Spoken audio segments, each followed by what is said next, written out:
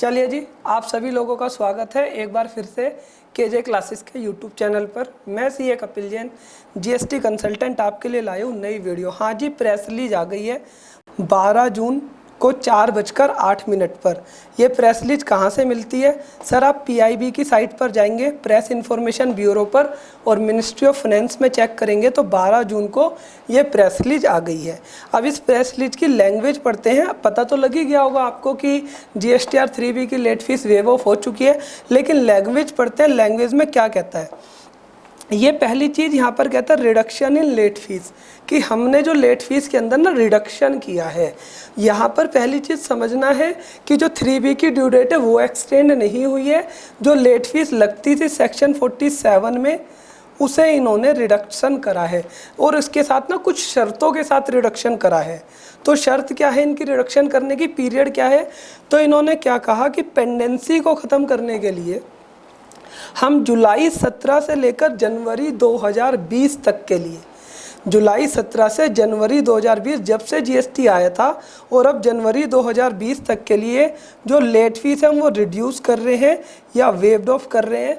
कैसे कर रहे हैं कि अगर आपकी नील रिटर्न है, नील रिटर्न है, तो उन्होंने क्या बोला है कि अगर आपकी कोई भी टैक्स लायबिलिटी नहीं है तो हम यहाँ पर नील लगाएंगे लेट फीस।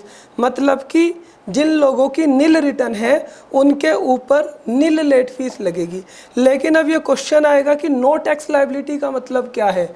नो टैक्स, अगर मैंने आईटीसी डाला हुआ है तो क्या मेरे ऊपर लेट फीस लगेगी? मेरा मानना है बिल्कुल नहीं लगेगी। टैक्स लायबिलिटी कब आती है?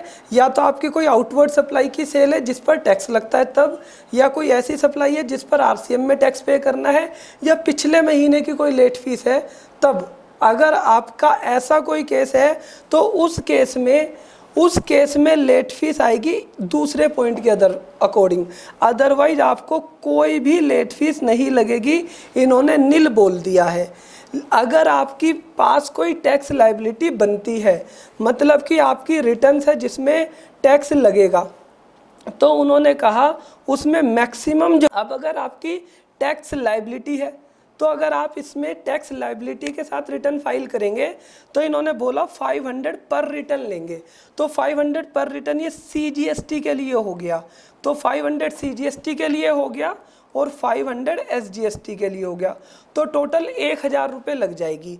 लेकिन यहाँ पर इन्होंने बोला है कि ये जो हमने रिडक्शन करा है ये सिर्फ उन लोगों को मौका दे रहे हैं जिन्होंने आज तक रिटर्न फाइल नहीं करी, और वो रिटर्न फाइल करेंगे 1 जुलाई 2020 से 30 सितंबर 2020 तक, और उसके बाद ये वाली स्कीम ख़त्म हो जाएगी। तो मैंने गवर्नमेंट से ये क्वेश्चन पूछ रहा हूँ मैं आप लोगों के बिहाफ पर, मुझे कमेंट बॉक्स में लिखकर बताना कि जिन लोगों ने 1 जुलाई से पहले रिटर्न फाइल कर दी, जिन्होंने टाइमली रिटर्न फाइल कर दी, क्या आप उसके साथ अन्याय नहीं कर रहे हो? बहुत बड़ा अन्याय कर रहे हो। उसने लाखों रुपए की लेट फीस जमा कर दिया, अब आपने लेट फीस कम कर दी, क्या आपको उसे रिफंड नहीं देना चाहिए? आपको उसे रिफंड देना चाहिए। आप क्या कर रहे हो? एक ईमानदार टैक्स पेयर का विश्वास खो रहे हो। अब कौन व्यक्ति हमारे पास आएगा और कहेगा टाइमली रिटर्न जमा कर दो? अगर लेट फीस लग भी रही होगी, हम उससे कहेंगे लेट फीस डिपॉजिट कर दो, कभी बढ़ ना जाए, वो कहेगा बढ़ेगी नहीं, ये घट जाएगी, कभी भी फाइनेंस मिनिस्टर कह देगी। तो ये ना आप अन्याय कर रहे हो।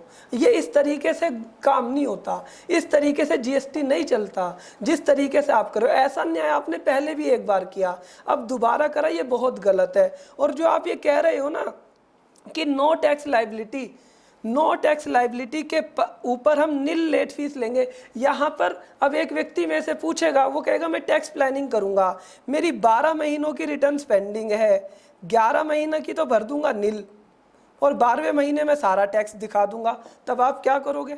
यहाँ एक टैक्स प्लानिंग बन जाएगी। तो आप जब भी कोई रिलैक्सेशन लेकर आते हो तो उसमें ये भी समझो कि जो लोग ईमानदार है उसके साथ आप अन्याय कर रहे हो। तो ये आपने गलत करा है। रिलैक्सेशन तो जरूरी था, हम भी कह रहे थे, लेकिन तरीका गलत है आपका रिलैक्सेशन लाने का। चलिए आगे की बात करते हैं। अब ये तो थी पुरानी रिटर्नों की बात। सर आजकल आपकी वीडियो बहुत कम आ रही है। हाँ, मेरी आजकल थोड़ी सी तबीयत सही नहीं है, जैसे ही तबीयत ठीक हो जाएगी फिर मैं पूरे अच्छे से वीडियो लेकर आऊँगा। अब इन्होंने क्या बोला है कि फरवरी, मार्च, अप्रैल, ये 3 पीरियड जो कि कोविड-19 की चपेट में थे, इनके लिए इन्होंने क्या बोला है कि भाई देखो, हमने आपको टाइम दिया था कि 6 जुलाई तक अपनी रिटर्न फाइल कर दो, जून से लेकर जुलाई जो भी मैनर दिया था। लेकिन ये कह रहे हैं अगर आप जुलाई तक भी अपनी रिटर्न सबमिट नहीं कर सकते, 6 जुलाई तक नहीं कर सकते, अगर 6 जुलाई तक कर दिया, अगर आपकी टर्नओवर अप टू 5 करोड़ है तो 6 जुलाई तक इन्होंने फेज मैनर में बोला हुआ है, उसके लिए हमने पहले वीडियो बनाई हुई है। लेकिन अगर आप 6 जुलाई तक नहीं कर पाओगे, 6 जुलाई के बाद करोगे तो कोई बात नहीं, आप 30 सितंबर तक कर देना। लेकिन अगर 30 सितंबर तक करोगे, उस वाले केस में हम आपसे इंटरेस्ट ले लेंगे। अगर आप 6 जुलाई तक करोगे, जो हमने ओरिजिनल डेट्स आपको दी है, एक्सटेंड करके डेट्स दिए, तब तक कोई इंटरेस्ट नहीं लेंगे। लेकिन अगर आप 6 जुलाई के बाद करोगे और 30 सितंबर तक कर देते हो तो भैया थोड़ा बहुत हमें इंटरेस्ट दे देना। 18% की जगह कितने परसेंट? 9%। तो यहाँ पर ये बात आपको समझनी है कि जो छोटे टैक्स पेयर हैं जिनकी टर्नओवर अप टू 5 करोड़ है, और कौन से पीरियड की बात कर रहे हैं? फरवरी, मार्च, अप्रैल की।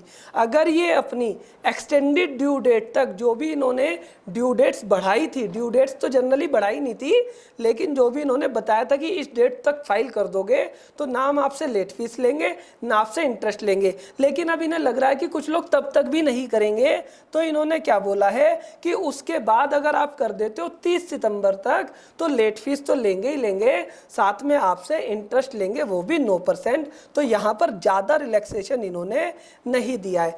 अब बात कर रहे हैं मई, जून, जुलाई की रिटर्न्स की, क्योंकि कई लोगों को लग रहा है दिल्ली, मुंबई जैसे शहरों में कि मई, जून, जुलाई की रिटर्न भी टाइम से नहीं जाएगी, क्योंकि मई की रिटर्न्स का तो टाइम आ ही गया। तो इन्होंने क्या बोला है कि भाई अगर आपकी टर्नओवर अप टू 5 करोड़ है, अगर आपकी टर्नओवर अप टू 5 करोड़ है, तो अगर आप मई, जून, जुलाई की रिटर्न फर्निश कर देते हो सितंबर 20 तक, सितंबर 20 से डेट कौन सी? डेट अभी नहीं आई, डेट ये अभी हमारे को दे देंगे। लेकिन इन्होंने ये बोल दिया मई, जून, जुलाई की जो रिटर्न्स हैं उनकी डेट भी एक्सटेंड हो गई हैं अप टू 5 करोड़ की टर्नओवर वालों के लिए। उनसे ना तो ये लेट फीस लेंगे, ना ये इंटरेस्ट लेंगे, ठीक है।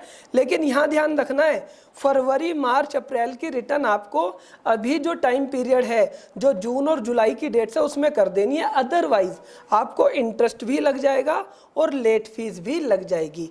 तो यहाँ पर इन्हें थोड़ा सा इम्प्रूवमेंट करने की ज़रूरत थी फरवरी, मार्च, अप्रैल में, जो इन्होंने नहीं किया।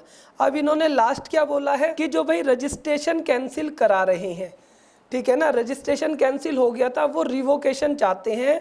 तो इन्होंने क्या कहा है, जिनके रजिस्ट्रेशन 12 जून 2020 तक कैंसिल हो गए हैं, हम उन्हें आखिरी मौका दे रहे हैं कि 30 सितंबर 2020 तक आप अपना रिवोकेशन फाइल कर दो, कोई दिक्कत आपको नहीं होगी। साथ में इन्होंने बोला है कि अब हम नोटिफिकेशन लेकर आ रहे हैं, और इस नोटिफिकेशन के अंदर हमने जो चेंजेज करे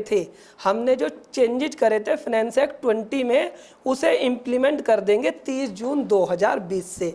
तो अब देखते हैं किस किस चेंजेस को ये इम्प्लीमेंट करेंगे।